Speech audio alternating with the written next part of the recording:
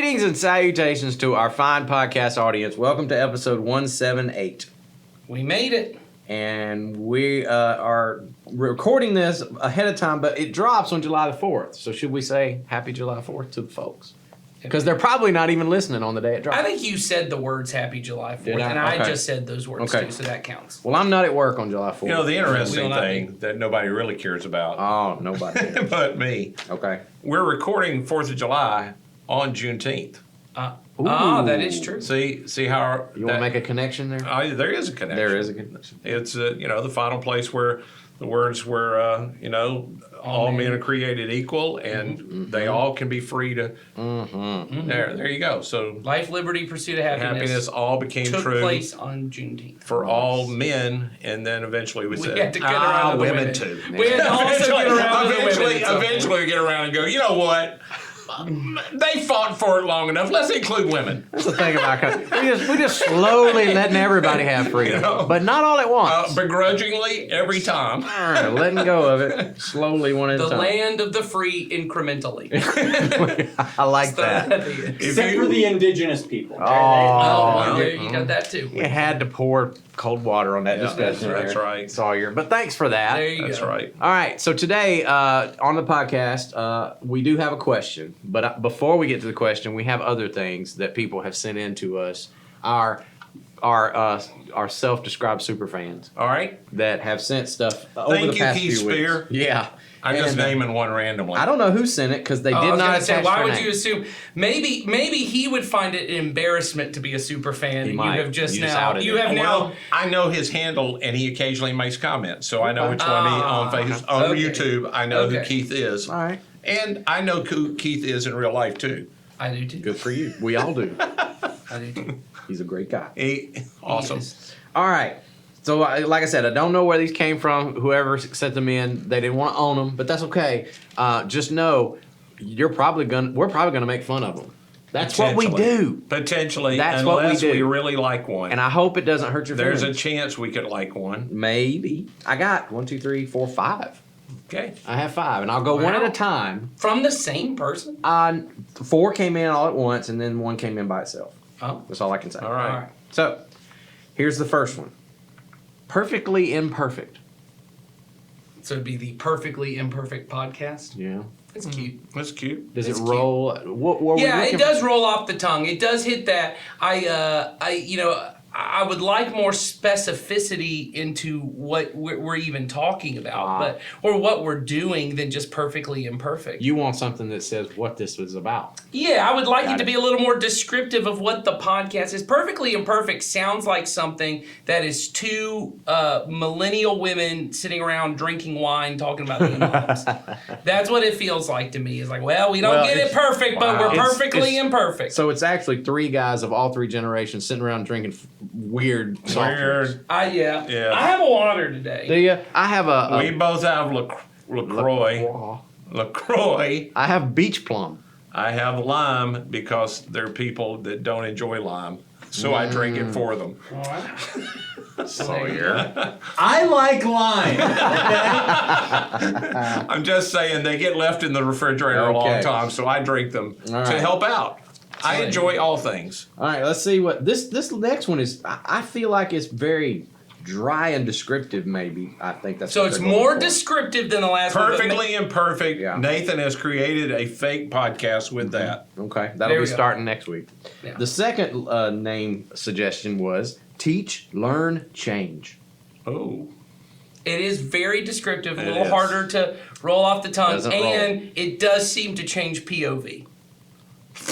So if we are the ones Point of view, people, for people that don't like If we are acrostics, the ones I know one teaching- person on this podcast that hates them. hates what? Acrostics. Oh, letters. gotcha. Okay, him. He is the one who hates the them. one that hates them. I don't know why he's speaking of himself that way. Teach, learn, change. It's changing perspective. I'm assuming, unless I'm teaching, or Jason's teaching, I'm learning, and Ed's changing, or we're all flipping it around. It feels like it's someone is teaching, and I assume that's the 3 teachers on the guess. podcast. Then it switches to an audience perspective of learning, and then maybe a smaller handful of those choose to change. I don't know. Maybe. So I like it. It is more descriptive of what's is. going on. The POV changing is a little confusing. How about perfectly imperfect teaching, learning, and changing? Wow. That's good. We're definitely getting closer. I know that everyone that knows me knows that I try to keep everyone happy.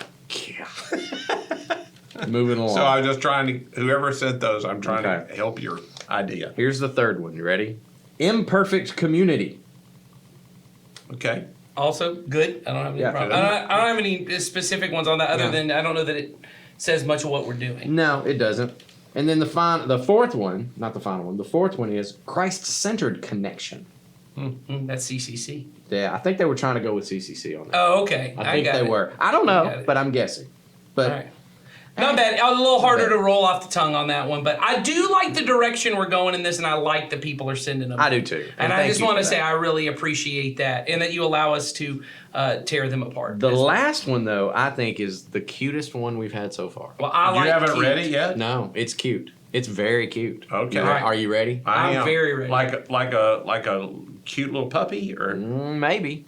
But it's a cute It's little just phrase. a gif of a baby sleeping. It's a cute phrase. Here it is. The 3 peas in a pod. I think they were. I will tell you this much. That is by far my favorite one that's been I sent knew in. it was coming. I knew like that somebody one was gonna because like that one. because it's one. It is descriptive. The three. I'm I'm assuming assuming 3P is P's three is pre- pastors, pastors, preachers, preachers, whatever you something. want to Yeah, say. yeah. We are on a pod, Cast. and then Wow. you've got, and then it's all tied together. Did you just now get that? I didn't think much after it because me and cute. I know it doesn't work for So you. as soon as you said it, I was like, I'm not gonna think I anymore will about say- that. I don't want to offend anybody. But I will say that one. That one's getting put on the future bracket. I'm just Okay. saying on the future bracket. That one gets a good seating. That's like a 1 through 4 right there. Ed's turning his nose up. I'm okay. I'm okay. 3 peas in a pod. I Not a bad, don't not want a to bad act time. like I have any influence on any of this because I probably don't. And I would just like to hear Jason say every week, "Welcome to the 3 peas in a pod Yeah. podcast." He would love that. Yes, that I would very much like that. I would just say that's a. Sawyer, what's your take on that? I would also like to hear Jason say that. I would like to See? hear all three of you start alternating. Who says saying 3 that. peas? What Yeah. if we No, that's a took different change. part? Welcome to the 3 peas in a pod. We went down the line and each one of Now us. we're cooking with gas, people. That's what I'm just Can this saying. get any cuter? I like It's so it. cutesy. I'm feeling good about this. Hold your breath. Ed's trying to veto this thing hard. I'm vetoing it. I just know that when he gets, if I'm the last one or the first one, Yeah. I've already stopped it. I like it. I like it. Or So- the one in the middle. I guess you can put me any one of those. I will say right now, 3 peas in a pod is front the runner? yeah, it's the front one runner. to beat right now, folks. So. It might actually be funnier and cuter if there is like a blank slot where Ed didn't say his, so like it's out of order and stuff like that. And we just every insert other different episode. things in? Exactly. You could This, Maybe. this is the kind of stuff that makes funny subject lines on emails. I just Nobody knows what that Nobody knows what you're talking and about. it doesn't matter. Sawyer knows. We're making fun of Sawyer right now. So, okay, so keep sending them in because yours might move up to the top of the list like 3 peas in a pod, and Yeah. you might find that We'll get to see it. That's right. And remember, Nathan likes cutesy titles. I do. I like cutesy and descriptive, and that one's checking all the boxes. It's getting. I say we just go with it. No, No, not I yet. want to see what else. Oh, our not super ready fans yet. give All us. right. There- You didn't think super fans would even send anything in. We don't know that there's but one person. We know there's one That's all that person. matters. We've already gotten- We don't super fan. That's all that matters. And they've been able to take up 15 minutes. I was about to time. say they have helped us program a whole right. And episode. our viewership is going, So should we get to the question? Is that what you mean? I guess. All right, we do have a question this week. Ed is correct. People are here for our expertise. Yes, they are. Teach, learn. People aren't here to change. hear us make funny jokes. They're here Here's, for our experts. you ready for the question? This is a unique one. I haven't had this one come by our podcast feed yet, so this one's new. Here's the question: when it says God said in the Bible, or when it says that God said something in the Bible, and it doesn't come from Jesus or a prophet, how did that writer know that? So here's what I'm assuming the questioner is asking. Anytime you're reading the scriptures, like for instance, in the book of Genesis, God said, "Let there be light," and there was light. I guess the legitimate question is, that person obviously wasn't around to hear that. So What we know is there was no person around to hear it. exactly. So how do we know, or how did that person know who wrote that down, that that was what God said? That's a very thoughtful question. Classically, you would say that came about by inspiration. Correct. Yes. Now, do we need to define inspiration? I Sure. feel like we do. Okay, Sure. go for it. I'm happy What for I meant Jason. by when I Well- said it is that God directed the person. Yeah. God gave the person that thought about what happened at creation, of how it went down. Again, classically, I'll just say I'm not sure. I continue to think this. So this is now. I can just be heretical as I want to be, because who knows? I ain't got that much longer. That makes What it they fun. gonna do? Fire me? Well, yeah, I'm retiring right. at some point. So anyway, classically, you'd say Moses was inspired to write that. Exactly. Yes. Oh, sure. Yeah. That I Moses. didn't know where he was going with this. That when he there's a- started by, No one I knows. don't know what I think anymore. I'm going to be heretical here. And I'm like, where is Well, he going with there's this? certainly people that when you say Yes. you don't believe maybe Moses wrote Sure. the book of Genesis, Yeah. that you're heretical. That's I'm true. not confident I believe that anymore. Yes, I would agree on not confident. So, but I'm not confident who wrote it. Yeah. So anyway, that it was inspiration means that the writer of the book was moved by God to write those words. That's right. Now, it doesn't mean mechanically they were moved by God to do that kind of thing. That they're, again, the way I was taught was that the Bible is a work of divine and human creation. That humans are working with God to create the book. Yes. Now, that's not what everybody means by that. No. There are people that believe in what's called sort of mechanical inspiration, and some people think this is the way it happened, that God inspired and my hand starts moving and I start writing and it all comes out and I go, wow, look at that. Right.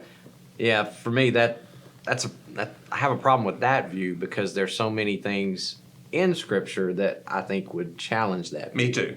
So, for me, I couldn't hold to that one. No, because the God who is revealed in what is inspired to me, that God is a cooperative God. He's constantly wanting to cooperate with human beings, even in the beginning. I mean, he creates the garden, and then one of the things that is revealed is he gave man the right to name the animals, and said, and whatever the man said, that's what they were called. Exactly. So God God certainly could have named them all and just said, that's that, Yes.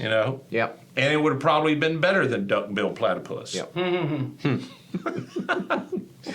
So I always go back, when I think about this question, I always go back to, there are some things written in Scripture that cause us to wonder, did God really say that? Because, and it goes back to what we've talked about in this podcast before, is when people ask questions about the Bible, we often will say, interpret through the lens of Jesus. And so I think, and I've mentioned this author before, Greg Boyd has written a book recently about the inspiration of the Bible and how he sort of sees that. That's imperfect perfection, or perfect. Inspired imperfection. Inspired imperfection. Inspired imperfection. And the way he takes it from is, there are things in the Bible that are imperfect, in the sense that there are some things that seem to endorse sinful things, and there are some things that endorse violent acts and then get attributed to God. And the way he talks about that is, it may not necessarily be something that God directly said, but that someone who decided on their own that this was something God would have endorsed, and then therefore they put the tag of God on it. And so and of course the way he resolves all of that is to say, filter everything, like we say, through the lens of Jesus. Does it fit the picture of God revealed in Jesus? If not, then you may have one of those instances on your hands. So for me, I tend to land on that side of it. Of it for inspiration. Yes. Yeah. if that makes sense. Mm-hmm. So, but yeah, that's all I can say about that. So. Yeah. And I'm guessing, I was trying to sit here and think while when the question was first asked, I can't think of one of these in the New Testament. You know, where it says, True. I think these mostly, but maybe the person will write back and tell us where God said something, but there's not a person there to note it. Yeah. Unless you're counting the instances in the Gospels where, you know, like the Transfiguration, where God speaks, But there Peter, was somebody there. James, and John are there. Yeah. Well, but then there's that time where it says everyone heard it like thunder. But even that, Jesus would have heard it. Maybe Jesus translated it to everyone else. Yeah. So, you know, Well, it says some of them heard it like thunder. true. Yeah, I don't know. This part doesn't bother me as much, I guess, as it probably does other people. I do believe that the Bible is inspired. And I believe it's inspired by God. Yeah, I believe God is absolutely. at work in what it is. I also agree to filter everything through Jesus. And so I don't know any of those in particular instances. It either means I understand this situation incorrectly, right? And so you gave like one possible explanation of what it is, right? That it was these things were attributed to God, but it wasn't really what God meant. So that might be one way that I'm misunderstanding it. Yeah. It may be that I misunderstand something about Jesus, because there's a lot I currently That's misunderstand right. about Jesus. So even filtering things through the lens of Jesus, there may be baggage I am attributing to Jesus that is not true of Jesus. True. There may be things that I look at in all throughout and say, well, I can't believe in a Jesus who would this. Well, you just may not be believing fully in Jesus. I do believe Jesus is the perfect representation of what God is like. So when I see Jesus, I see what God is like. I do not believe that my interpretation of what I see of Jesus is perfectly what Jesus is, Right. and what God is. That's so right. it's possible that all of these things, what I believe is, I believe Jesus seemed to believe that the scriptures were inspired, that they For sure. revealed something about the nature of God that was important, including all the Old Testament things. And so I tend to just follow, and when I have questions, not let them derail me from what I know to be true about Jesus. There are things I wrestle with. There are things I look at and go, I'm not sure. But what I see to be true and what I've experienced in my life and what I see to be true in the lives of other people who follow help me figure that out. So I agree. When you talk about whether Moses wrote the first 5 books of the New Testament, the Old Testament or not, I don't know fully what. No. I can see I've seen people say that it was written during the Babylonian exile, and I've seen other people, and I go, that's very interesting. I can see the arguments for both sides of it. Yeah, and me go, too. Okay, maybe, yeah, I can see all of that being true. I've seen people that I very much respect who think that most of the Old Testament and lots of the New Testament is more even written by a community of people, that there are editors that are taking these stories, and because the Bible is a communal text, they're taking the same stories and they're let's figure out how this interprets to what we're doing now. All of that could be true. But what I know to be true is I have experienced, I've seen, I trust, based on the information we've talked about in other podcasts, the reliability of the New Testament scriptures and what history seems to say about the early church and its movement, that Jesus is the risen Son of God. That's where my confidence is. And so when, and I'm not saying anything about the person who's asking the question, but when I see something, I don't tend to get hung up a bunch on, well, how do they know that's what God said, or how do they do that? I think the question's reasonable. It's I'll be honest, it's not one I've ever heard before. I've never had anybody ask me this, but it's a reasonable question. Oh, sure. Yeah. Who knew this? How did it come about? All of those kind of things. That's all completely reasonable. I think we've said before about the scripture, a thing can be inspired and be true and not be historical. That's true. You can have a thing that is told to convey sacred truth, it be inspired by God, but what it is describing does not necessarily have to be historical event. Sure. Parable of the Good Samaritan. We have Yeah. no evidence. Maybe Or that's a real story Jesus is telling. Lazarus and the rich man, Right. Or yes. Jonah. or Jonah, Or yeah, those. But I mean, we know. or Job. Or Yes. Job. You know, all of Yes. those are still not, No, there are in a people- lot of scholars' mind, not No, 100% sure. That's exactly right. They are conveying sacred truth. Mm-hmm. Jesus used them as sacred truth. Yes. But we all in messages use things that are not necessarily truth, but we use them to convey truth. Sure.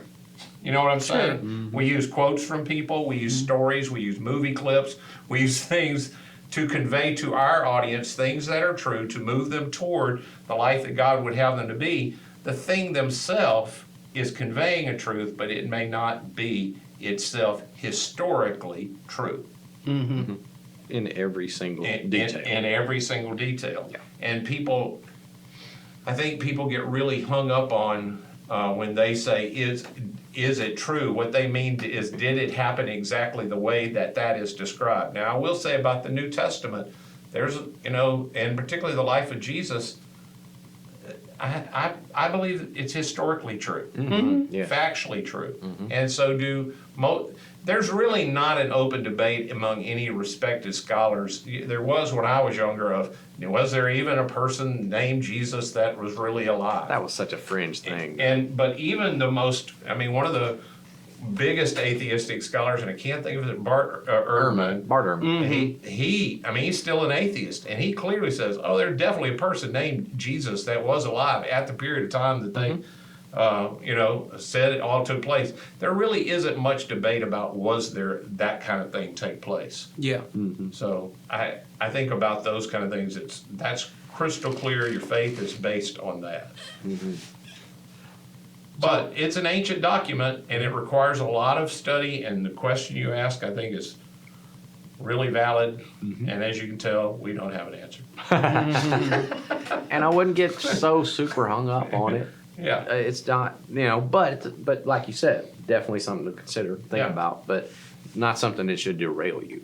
That's right. You know what I mean? Which, there are a few of those in my opinion anyway. Sure. Right, that's Yeah. right. So, all right. So I want to say this before we wrap up. We are still waiting on some questions to come in before our next podcast. Maybe we're finished. Maybe. So if you've had something you're just dying to hear about, or you're wondering about and you haven't typed it into the form, go to the description right now, click the link, let us know. So you might be on the very next podcast. There you go. We'll see next time, because I'm at the end of my list. And for those of you who, like I said, want to continue finding cutesy titles for Nathan to enjoy, Yeah. send them in. I So love that. All right. What What? was the name of this one we liked this time? The three Peas in a pie. Uh-huh. He still doesn't like it. Hey, it's okay. That's It's, fine, that's fine. it's growing on It's me. growing You can on tell Ed. I completely remembered it. Maybe when we come back, it'll have fully grown on it. We'll see. Like we don't know. Like a pea grows in a pod. Maybe? No. See y'all next week.